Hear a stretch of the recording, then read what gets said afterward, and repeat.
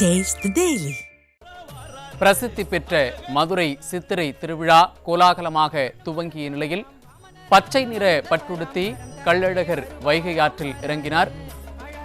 இது குறித்தான விவரங்களை வழங்குவதற்காக நமது செய்தியாளர் ரேவதி இணைப்பில் இணைகிறார். அவரிடம் கேட்கலாம். வணக்கம் ரேவதி, கூடுதல் விவரங்கள். வணக்கம் சையத்.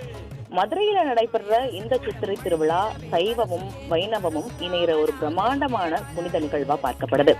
இதற்கு முக்கிய அம்சமா கள்ளழகர் வைகை ஆத்துல இறங்குற திருவிழா விளங்குது. இது சைவ வைணவ ஒற்றுமையின் அடையாளமா தான் பார்க்கப்படுது.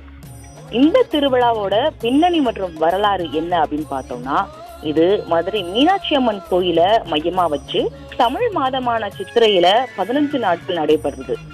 மதுரை மீனாட்சி சுந்தரேஸ்வரர் திருக்கல்யாணமும் கள்ளழகர் ஆத்துல இறங்குற நிகழ்வும் இதன் முக்கிய பகுதிகளா இருக்கு. மதுரையில இருந்து 21 கிலோமீட்டர் தொலைவுல அழகர் மலையில இருக்கிற கள்ளழகர் கோயில் விஷ்ணுவின் 108 திவ்ய தேசங்கள்ல ஒன்னா இருக்கு. இங்க இருக்கிற விஷ்ணு கள்ளழகர் அப்படின்ற பேர்ல வணங்கப்படுறாரு. கள்ளழகர் மீனாட்சியின் அண்ணனா பார்க்கப்படுறாரு. அவரோட தங்கைக்கு வர்ற மீனாட்சியோட திருமணத்துக்கு கள்ளழகர் வர்றதாகவும், ஆனா அவர் வர்றதுக்கு முன்னாடியே அந்த திருமணம் முடிஞ்சிட்டதுனால அவர் வைகை ஆத்துல இறங்கி பக்தர்களுக்கு காட்சி அளித்து திரும்புறதா ஒரு கதை இருக்கு. இன்னொரு கதையின்படி பார்த்தோம்னா, மண்டக முனிவருக்கு சாப விமோசனம் அளிக்கிறதா கள்ளழகர் ஆத்துல இறங்குறாரு அப்படின்ற ஒரு கதையும் இங்க பார்க்கப்படுது.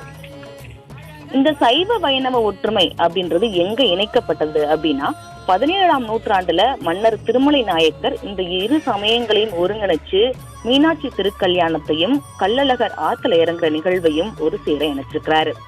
இது சைவ வைணவ ஒற்றுமையில ஒரு பறைசாற்றுறதான் பார்க்கப்படுது. சைவம் அப்படின்றது சிவனை முழு முதல் கடவுளா வணங்குறது. இதற்கு மீனாட்சியும் சுந்தரேஸ்வரரும் இதுல மையமா இருக்கிறாங்க. வைணவம் அப்படின்றது விஷ்ணுவை முழு முதல் கடவுளா வணங்குறது. கள்ளழகர் இதுக்கு உதாரணமா இருக்கிறாரு.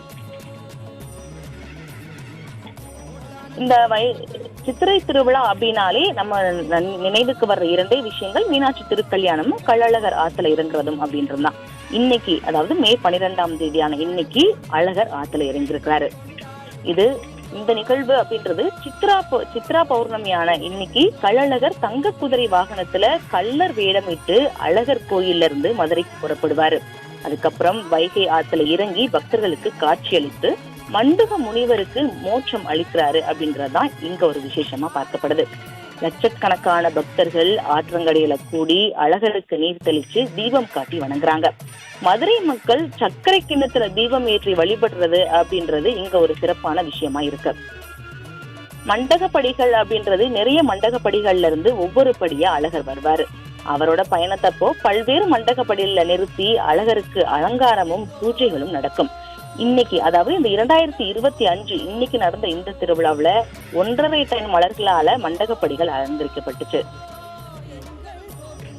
இது வெறும் மதுரை மக்களோட திருவிழாவா மட்டும் இல்ல, தமிழ்நாட்டோட பாரம்பரியமா கலாச்சாரத்தோட ஒரு முக்கியத்துவமா பார்க்கப்படுது. இந்த ஒரு விழா சாதி மத வேறுபாடுகளை கடந்து அனைத்து மக்களையும் ஒருங்கிணைத்தது.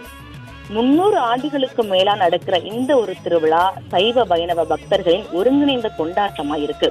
மழை பெய்யறது அப்படின்றது இந்த திருவிழாவோட ஐதீகமா பார்க்கப்படுது.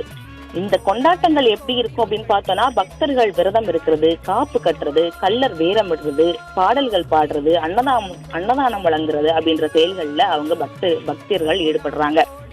இந்த வருஷம் 2025 இந்த வருஷம் நடந்த இந்த திருவிழாவுக்கான ஒரு சின்ன தொகுப்பு என்ன அப்படின்னு பார்த்தோம்னா, மே 7ஆம் தேதி, அதாவது 2025 மே 7ல சுந்தர பெருமாள் கோயில்ல காப்பு கட்டுதலோட இந்த திருவிழா தொடங்குச்சு. அதுக்கப்புறம் மே 10ல கள்ளழகர் கருப்பசாமியிட்ட உத்தரவு பெற்று மதுரையை நோக்கி புறப்பட்டாரு. மே 12 இன்னைக்கு அழகர் ஆத்துல இறங்கி பக்தர்களுக்கு அருள் பாலிச்சிருக்கிறாரு.